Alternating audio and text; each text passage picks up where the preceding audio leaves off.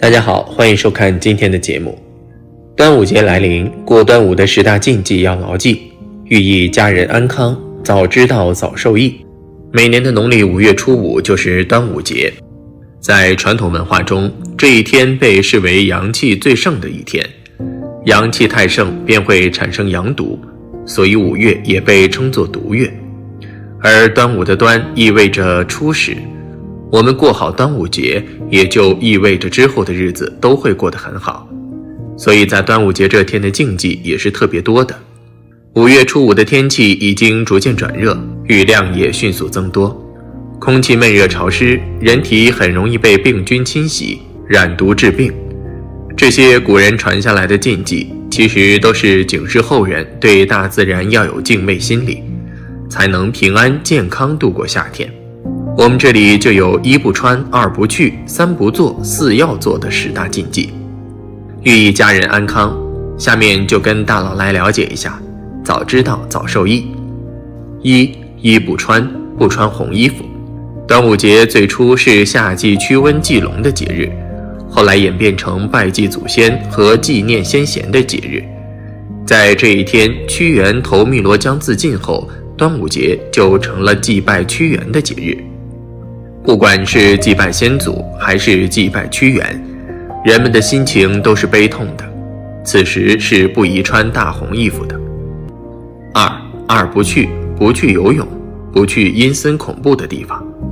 老一辈的人认为，端午节这一天不宜下河游泳，因为当年的屈原就是在这天跳进江中自尽的。老人们怕遇见什么不干净的东西，所以这一天是不能下河游泳的。况且此时的天气还没有热到需要下河游泳的时候，这时候下河水温还是很凉，对身体健康会很不利，所以这天也没有下水的必要。一般医院、墓地等场所被称为阴森恐怖的地方，老人们认为去这些地方容易碰到不好的东西，导致生病，所以端午节这一天尽量避免去这些地方，尤其是不满周岁的孩子更不能去这些地方。老人们认为5月是毒月，会有灾祸降临，所以端午这一天有躲午之说，孩子要送到外婆家去躲避灾祸。3不做，不搞喜庆活动，不招惹五毒，不在娘家吃粽子。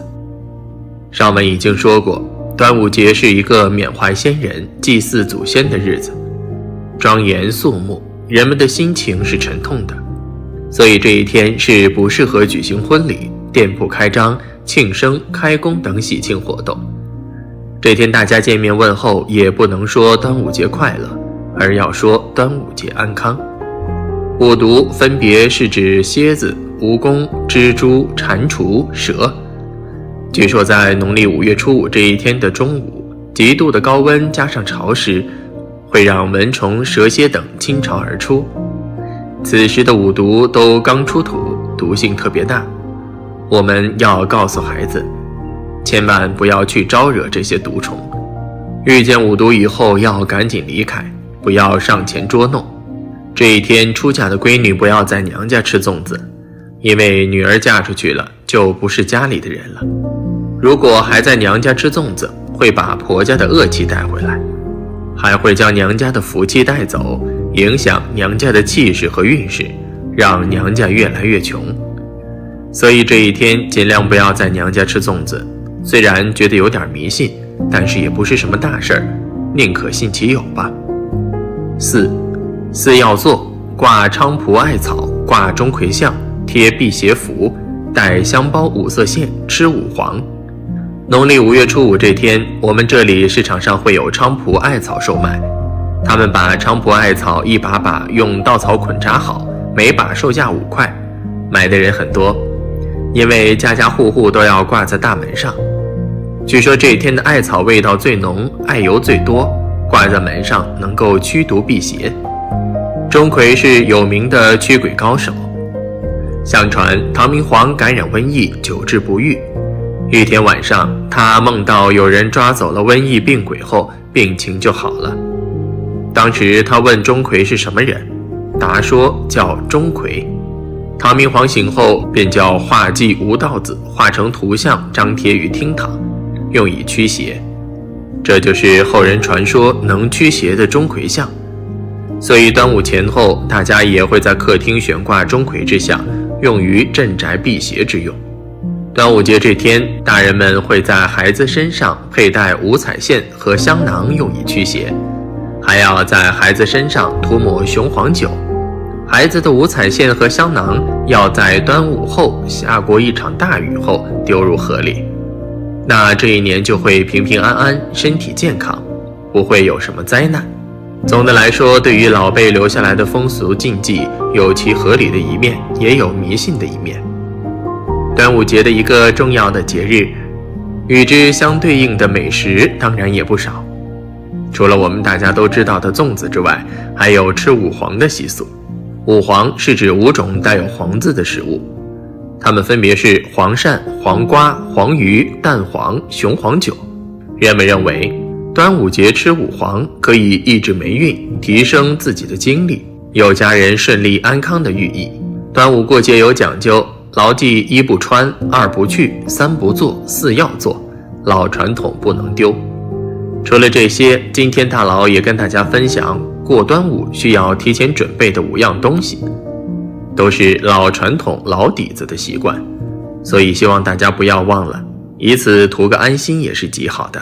所以下面来看看具体内容吧。1. 包粽子的相关食材。在端午节吃粽子必不可少。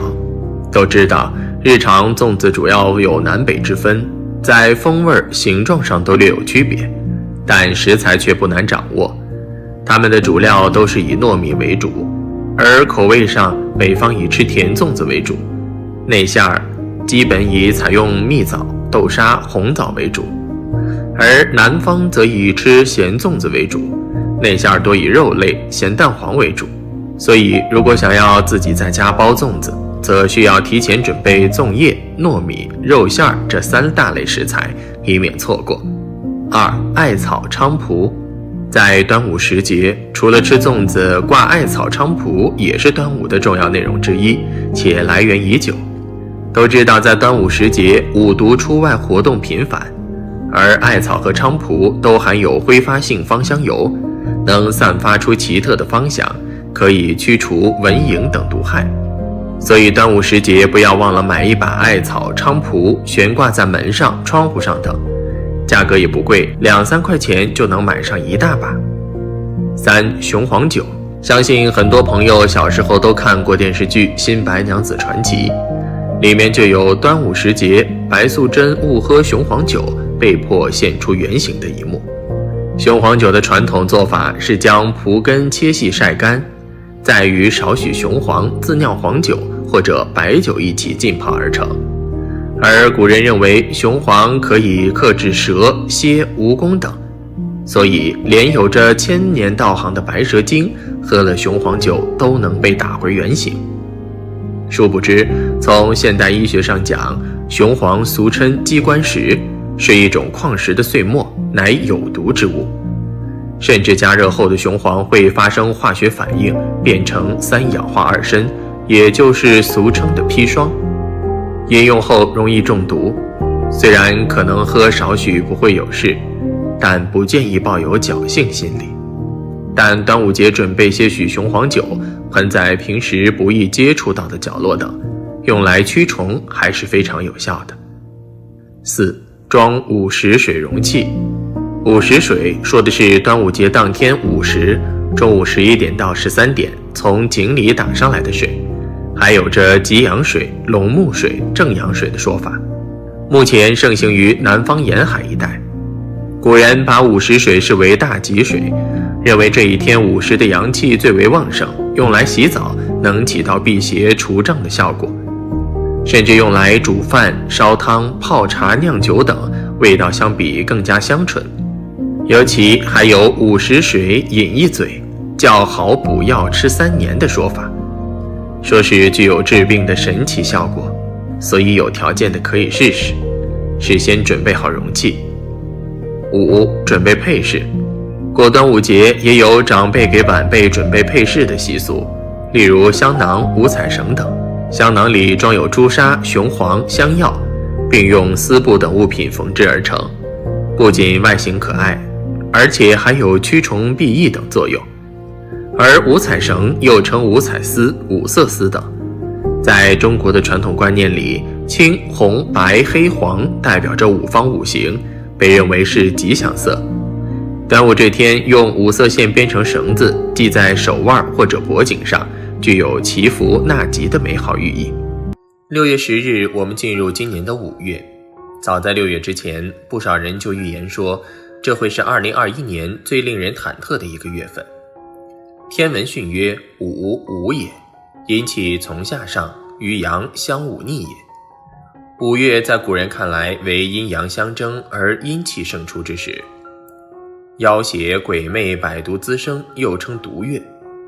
而今年甲午月，甲为阳木，午为阳火，虽是木火相生，但又阳阳相斥，再加上碰到流年辛丑组合，辛为阴土，丑为阴金，虽是土金相生，但又阴阴相斥，年月地支阴阳互补，五行相生，导致本月火气过旺，最是不吉。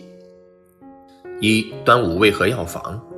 从气候来看，农历5月正值仲夏，阳气最盛，浊气上升，是风寒暑湿燥火并存的一个时节。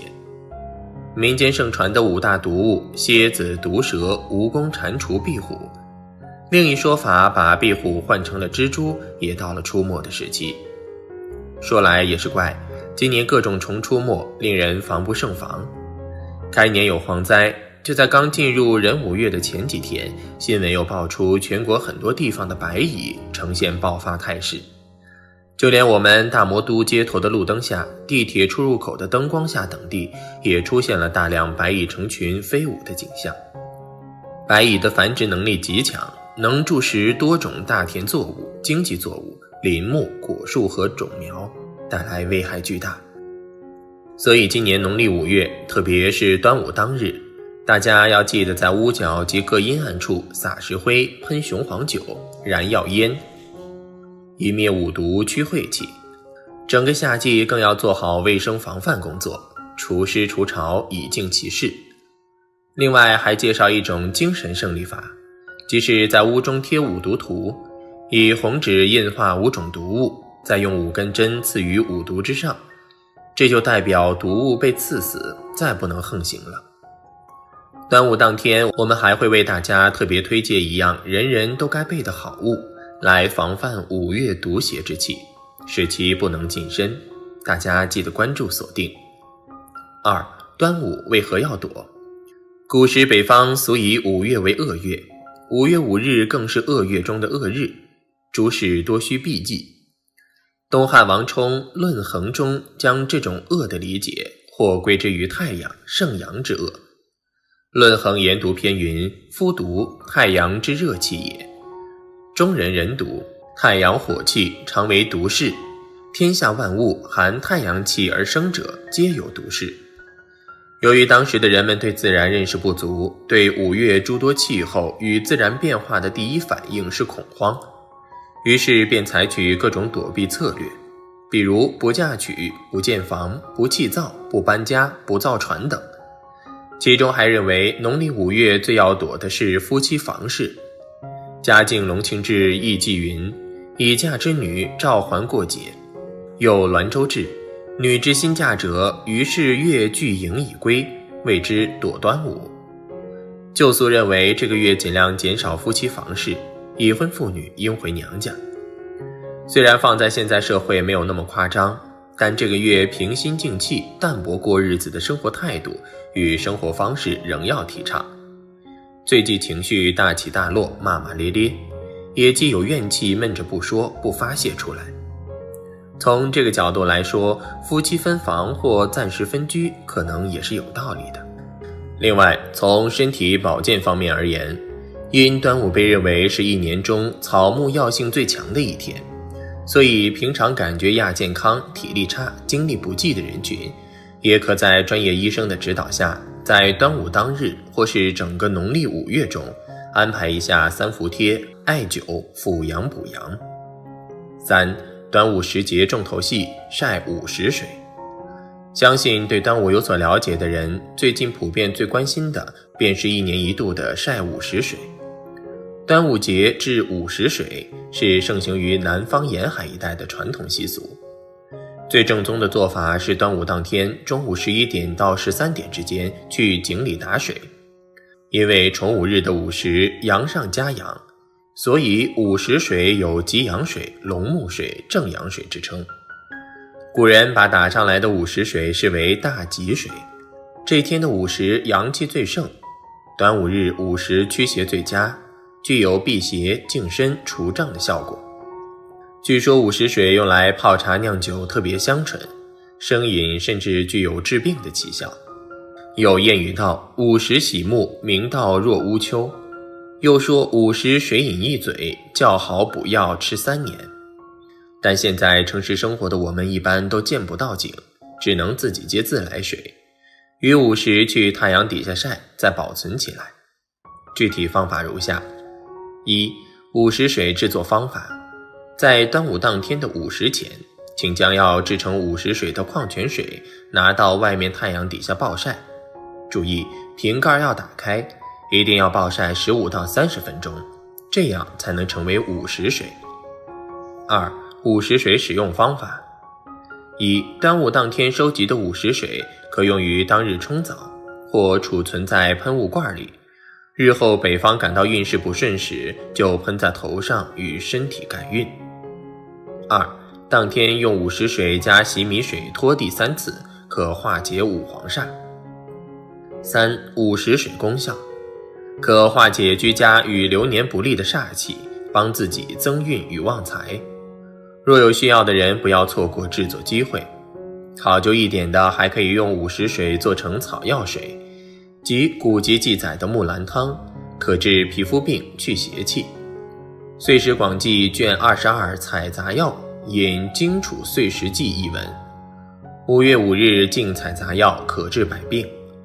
在广东一些地区，儿童用苦草、麦药或艾、蒲、凤仙、白玉兰等花草煮水洗，少年、成年男子则到江河、海边冲凉，谓之洗龙舟水，洗去晦气，带来好运。在湖南、广西等地，则用柏叶、大风根、艾草、菖蒲、桃叶等煮成药水洗浴，无论男女老幼，全家都洗。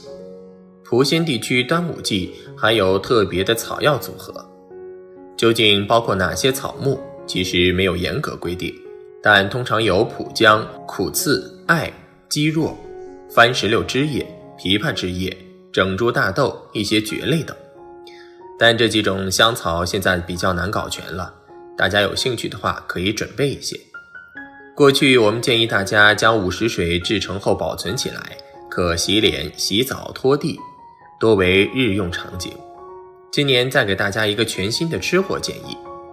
午时水熬煮后可用于煮鸭蛋，这种蛋被称为午时卵。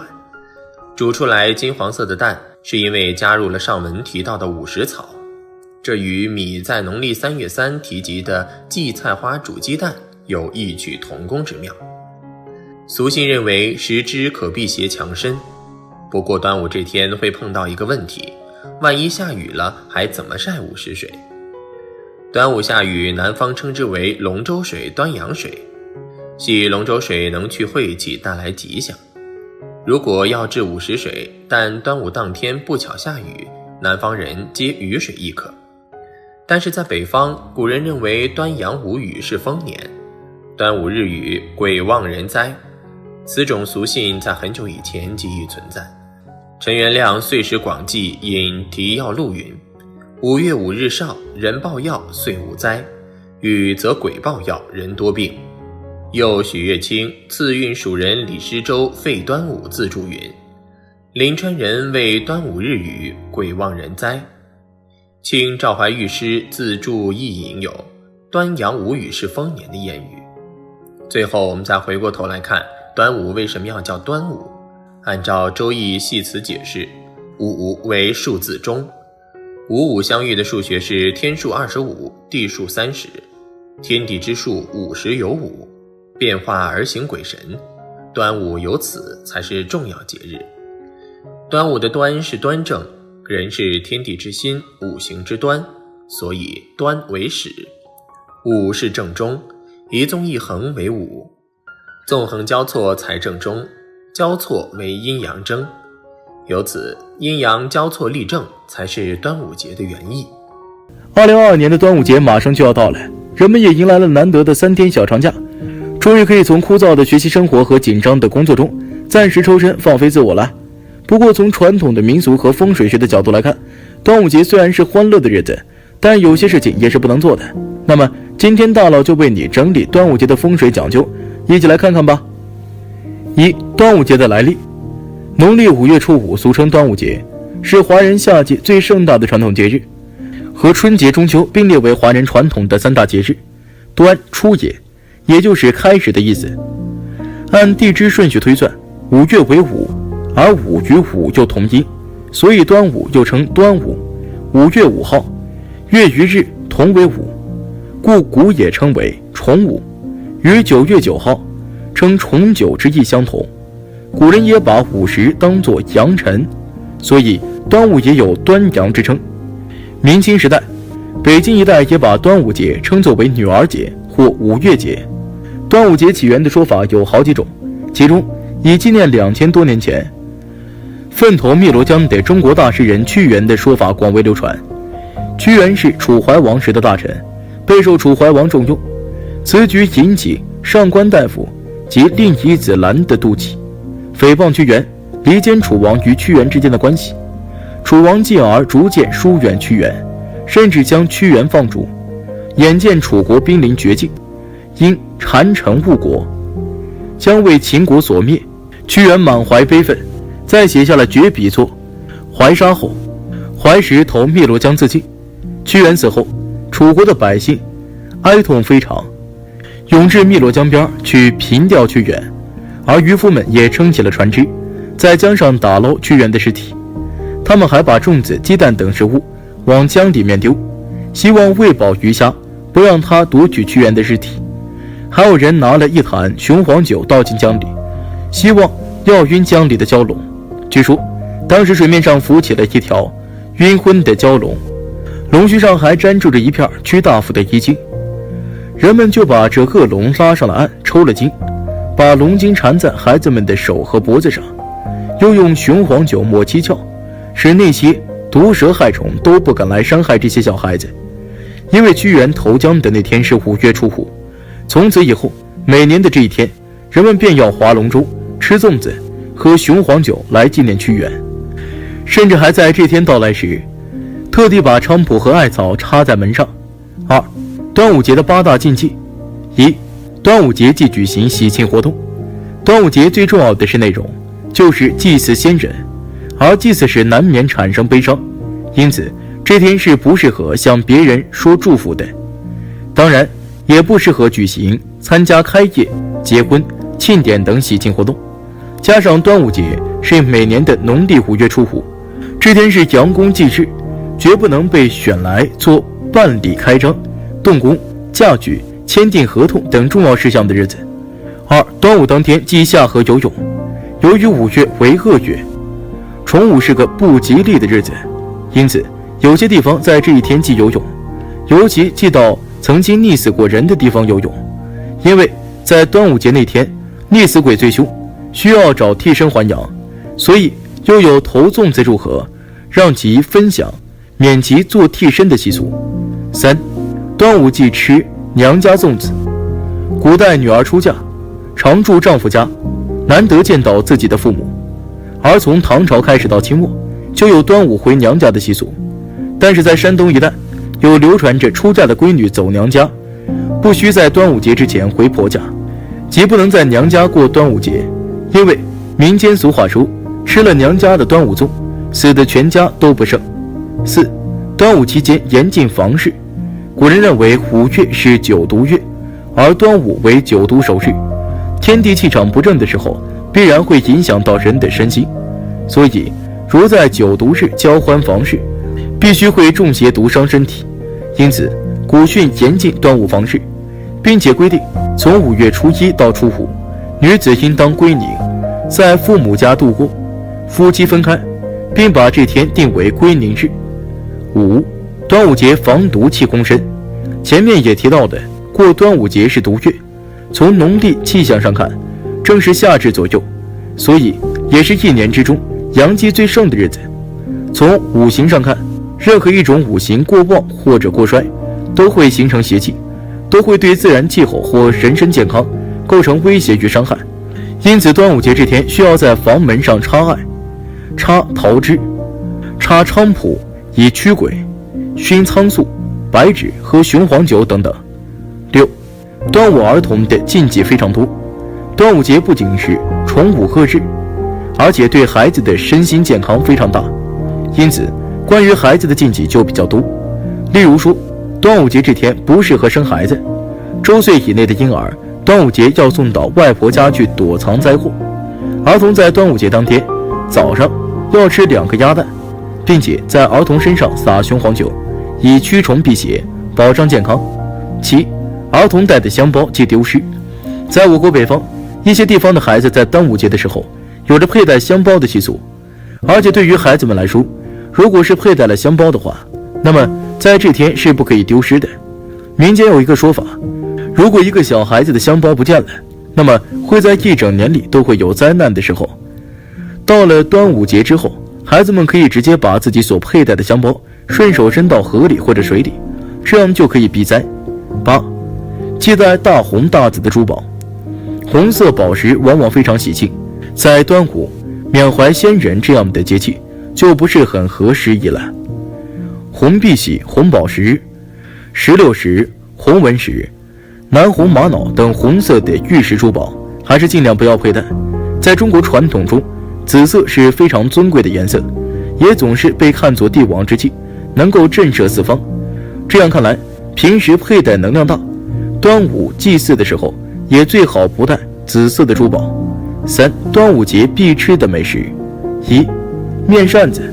对于甘肃省民勤县周边来说，在端午节都有吃面扇子的习惯。